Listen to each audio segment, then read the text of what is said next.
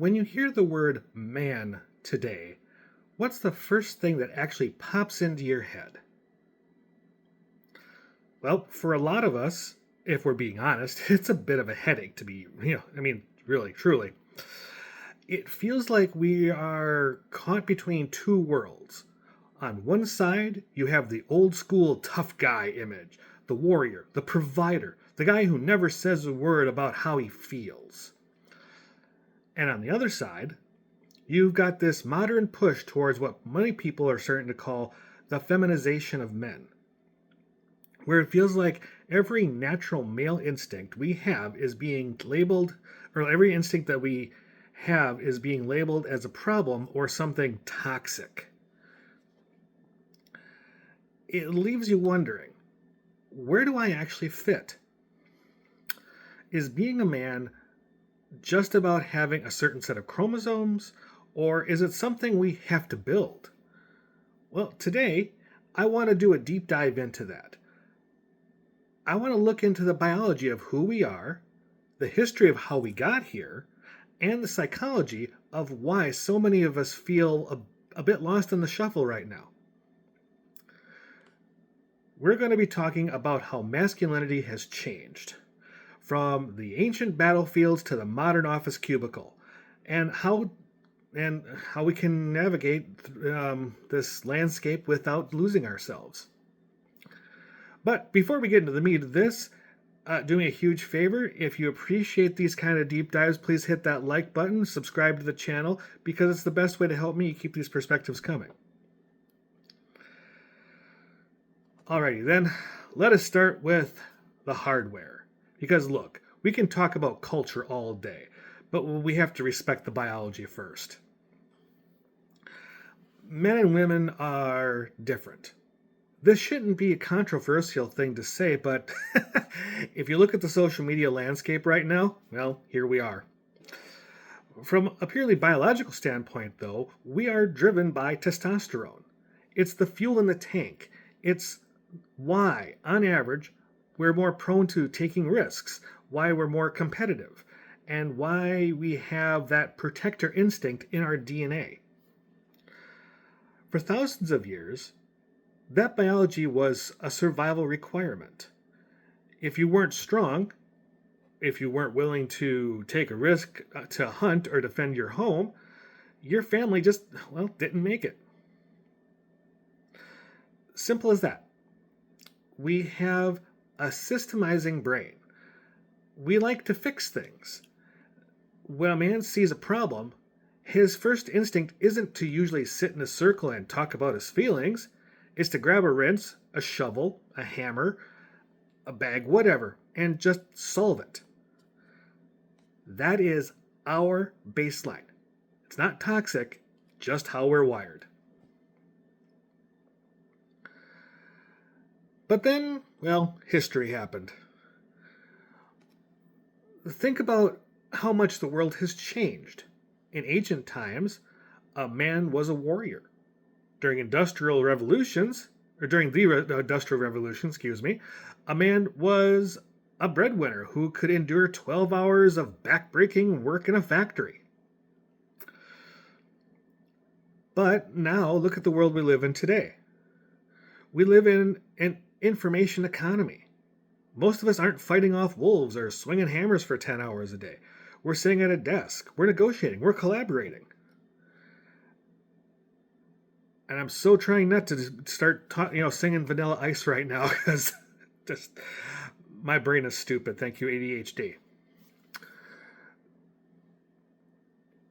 But times are changing, and this is where that feminization talk comes from.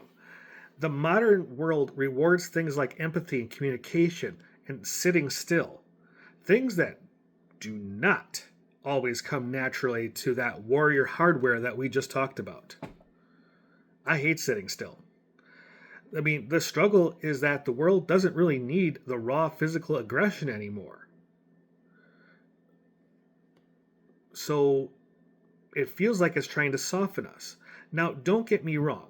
That raw aggression, that muscle, that competition attitude, still great to have. You need to have that. Look at our world-class athletes. Those guys, they're aggressive, they're strong, they're mighty.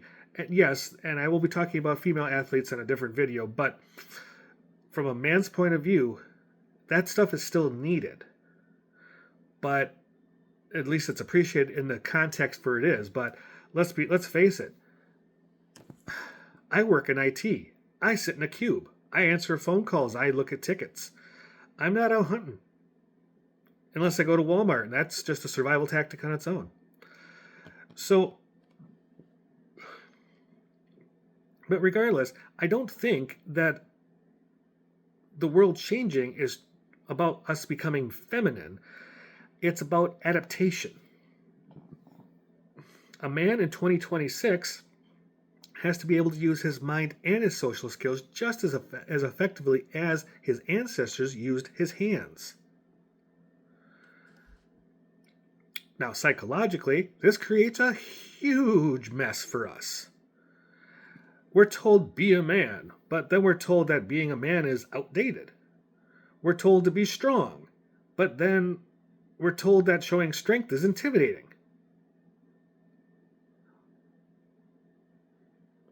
Capital WTF are we supposed to do with that? It's one of those, be strong. Oh, no, not like that. Be sensitive. No, not like that. Too much.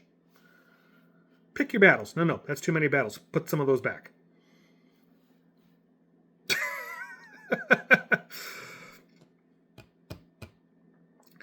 And honestly, continuing on, we've lost the old rites of passage. You know those moments where the tribe recognizes the boy as a man? Well, right now there are a lot of guys that just feel like older boys, and they're drifting through life. We lack a clear mission. Now, for an example of this rites of passage, your first hunting trip. Now, in the ancient days, that was going out with a spear or a bow and arrow, and you're hunting wild animals.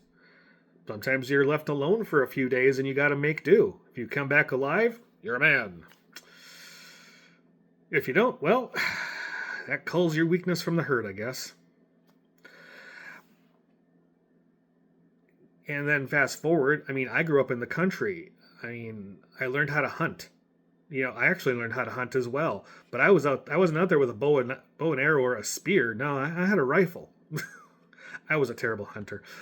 But regardless of that, there are certain rites of passage that you get to. There's puberty, there's learning how to drive, there's graduating high school. These are all rites of passage. Some of them are tougher than others. I was also a varsity athlete when I was in high school. Cross country, track, basketball. But I was also at the top of the game as far as my high school band was concerned. The band athlete. Well, I don't know. That was another wonderful thing of resolving. But I think we lack those rites of passage, or at least we don't recognize them anymore. So, but these rites of passage also give a person a mission, a man a mission. And when a man lacks a mission, he usually fills the void with something else. And that's usually something either apathetic or destructive. So, dude, find a hobby.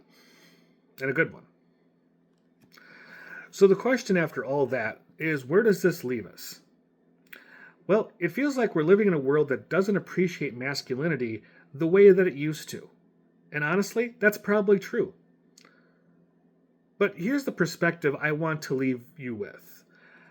You can't wait for the world to start appreciating you again. You have to make yourself indispensable.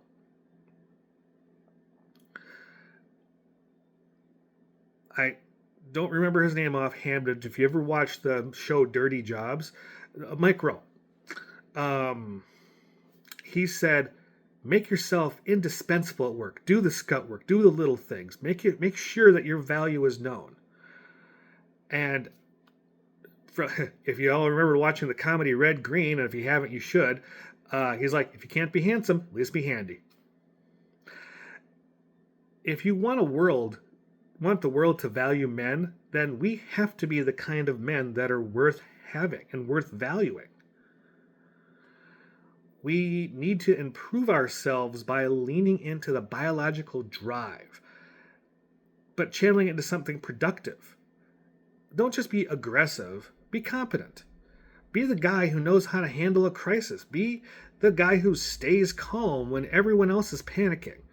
Be that guy who takes the responsibility for his health, his finances, and his family.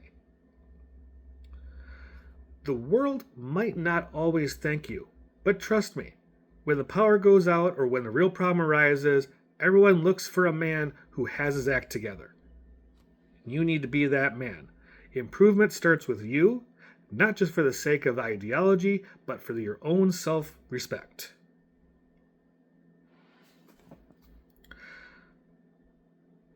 As always, thank you for sticking with me on this one. I know I just gave you all a really big bunch to chew on, but I think it's a conversation that needs to be had, and we need to keep having it. In a couple months, it's going to be Men's Mental Health Month, and I'm probably going to start dedicating a series just to that. Not quite sure where I'm going to start with it, but I know I'm going to do one.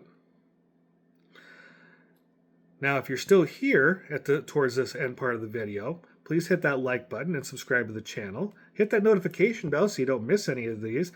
And if you can, share this out with some guys that might be a little lost in the modern landscape. Someone could really use it.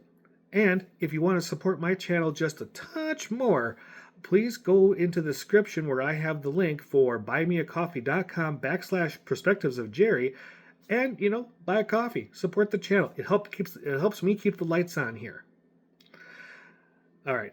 As always, thank you for being here. My name is Jerry. This was another Perspectives of Jerry. I hope you had a good time. I hope you learned something. If you have any questions, put them below. But until then, I will see you in the next one.